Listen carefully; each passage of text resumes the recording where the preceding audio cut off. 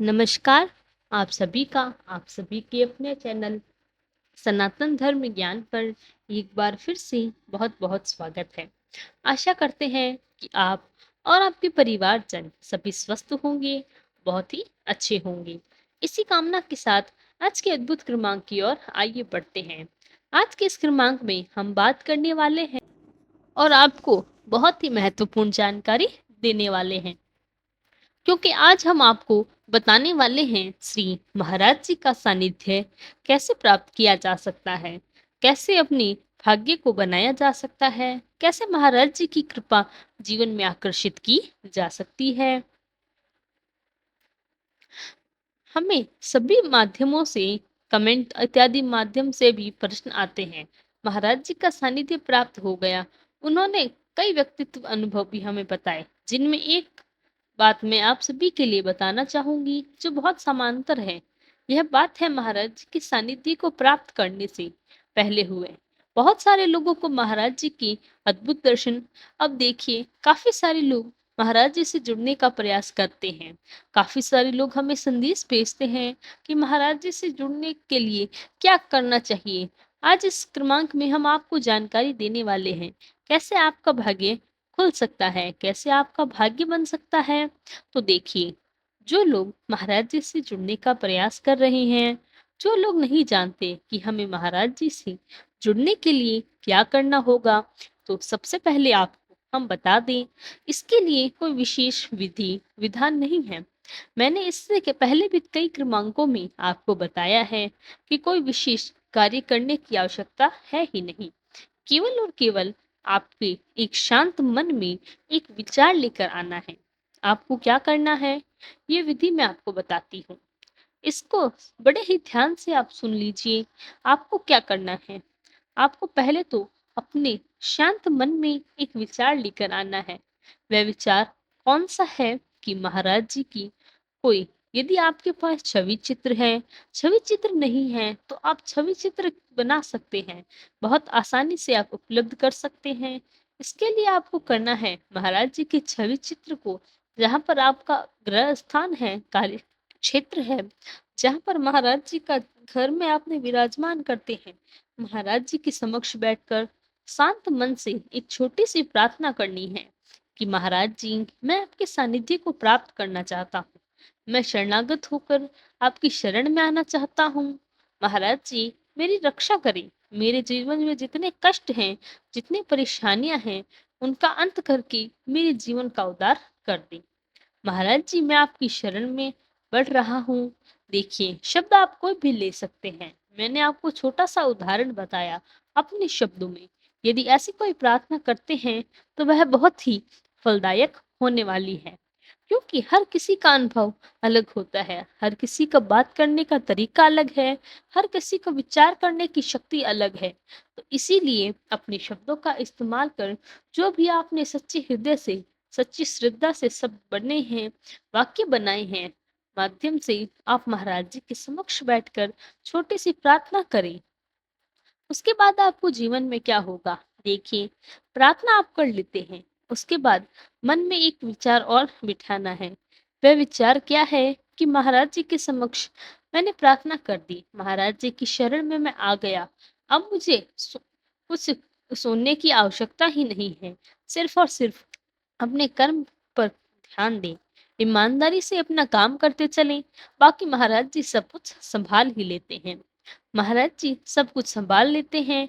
मैं इतना जरूर बता दूं, क्योंकि तुम स्वामी कहे हो, तो इसीलिए आपके सर पर महाराज जी का अमोघ हस्त विराजमान है।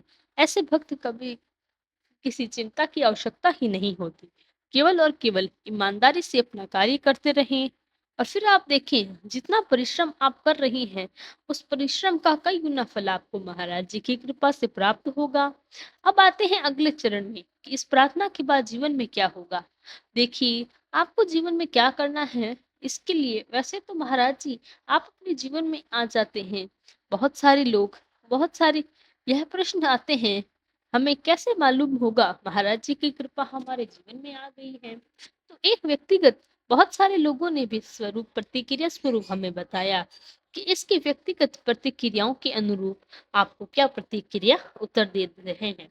बहुत सारे अनन्य भक्त महाराज जी के हमें लिखते हैं कि महाराज जी हमें स्वप्न में दर्शन देते हैं, और यह बात सभी ने बहुत समानांतर तौर पर हमें बताई है। इसके बाद आपके जीवन में क्या होगा? महाराज जी आपकी, अगर आपकी श्रद्धा सच्ची है, आपकी भक्ति सच्ची है, यदि महाराज जी तक आपने बहुत बात पहुंचा दी, तो महाराज जी प्रत्युत्तर आपको या तो स्वप्न के माध्यम से देते हैं, या जब भी आपके ये कार्य कर रही होंगी तो महाराज जी का विचार आपके मस्तिष्क में बार बार चलता है। आपको अपनी प्रार्थना याद आती है, महाराज जी से प्रार्थना की थी। आपकी आंखों के समक्ष महाराज जी के चित्र, सदैव जो कि छवि चित्र आपने देखा होगा, वह हमेशा विद्यमान रहता है। तो समझ लीजिए, यह बहुत अद्भुत संकेत है। महाराज जी आपके जीवन में प्रवेश कर चुके हैं। तो इससे क्या होगा कि महाराज जी का आपको यह संदेश प्राप्त हो रहा है, क्योंकि महाराज जी अभी दिव्य स्वरूप में हैं, तो दिव्य स्वरूप में महाराज जी भी दिव्य होंगे।